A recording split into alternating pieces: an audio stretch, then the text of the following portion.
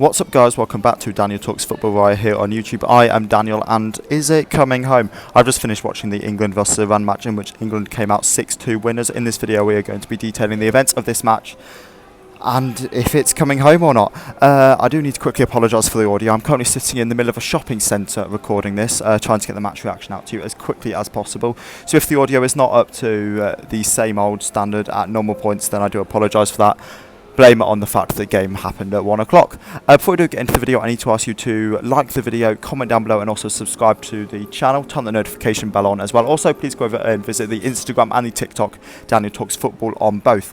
As I have just mentioned, England won this game at 6-2 versus Iran, and it was a very, very eventful game. The goal scoring started off in the 35th minute when Jude Bellingham tucked away with a Luke Shaw assist. Bukayo Saka then followed up in the 43rd after an assist from Harry Maguire. A lovely finish for the Arsenal man. Raheem Sterling then scored in the 45th +1 before Saka got his second in the 62nd.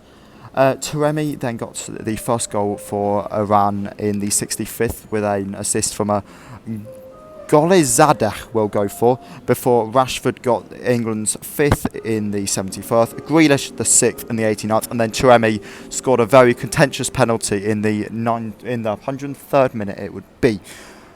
What do we make of this game? Now, it was a really, really good game. We first have to touch on Harry Maguire. Now, he looked really good today. Obviously, Maguire gets a fair stick for his Manchester United performances.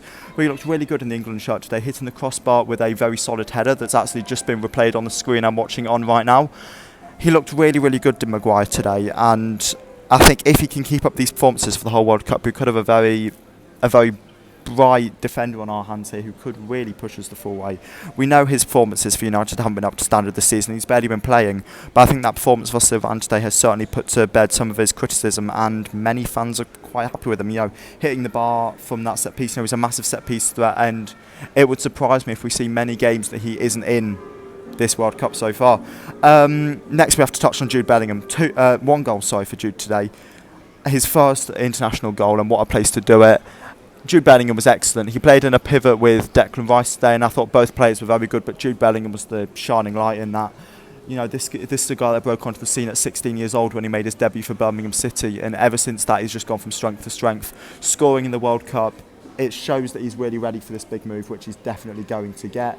You can see him moving to a side like Man City, like Liverpool. He's going to get a massive move in the summer for 120, 140 million, and he absolutely deserves it. Jude Bellingham looks excellent on that field today, and he's a player that I can really see going places, and if we are to win this World Cup, he's going to be one of the shining lights. You also look at him and think, you know, future captain material. There was one of the times where he just chased down the ball. It was in the first half. He just chased down the ball, but everything he had into it and ended up only giving away a throw-in, I think it was, compared to a goal kick.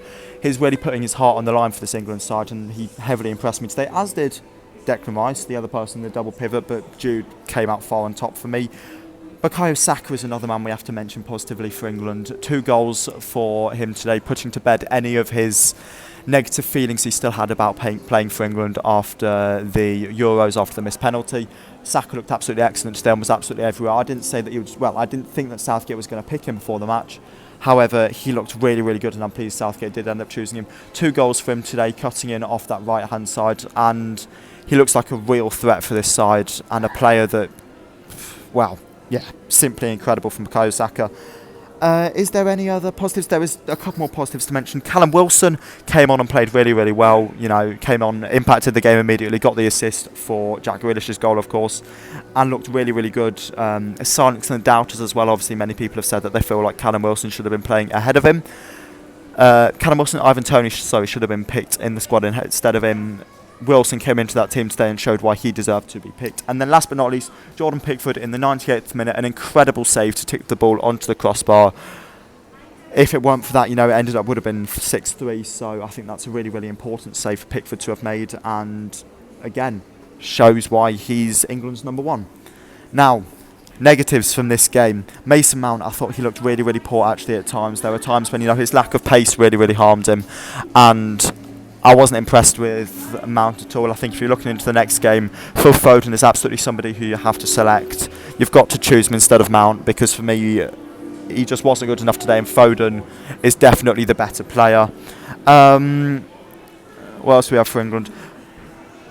Yeah, not really much else for England. We'll move on to the controversy surrounding the game. First of all, the main Iran controversy. The goalkeeper. Why did he stay on with that concussion? You know, it meant that there was 14 minutes injury time at the end of the first half, when in reality he should have been taken off pretty quickly. That change clearly needed to be made. He failed his concussion test, and even though I'm sure the keeper said he wanted to stay on, if you're failing a concussion test, you have to go off the pitch. And that was just poor from the Iranian medical staff, and something that I'm not impressed with at all. The penalty as well. Obviously, England had a very good penalty shout in the first half where Harry Maguire was pretty much rugby tackled to the floor. Yet then, right at the end of the second half in injury time, Iran get a penalty for a very light tug from John Stones, I think it was in the end.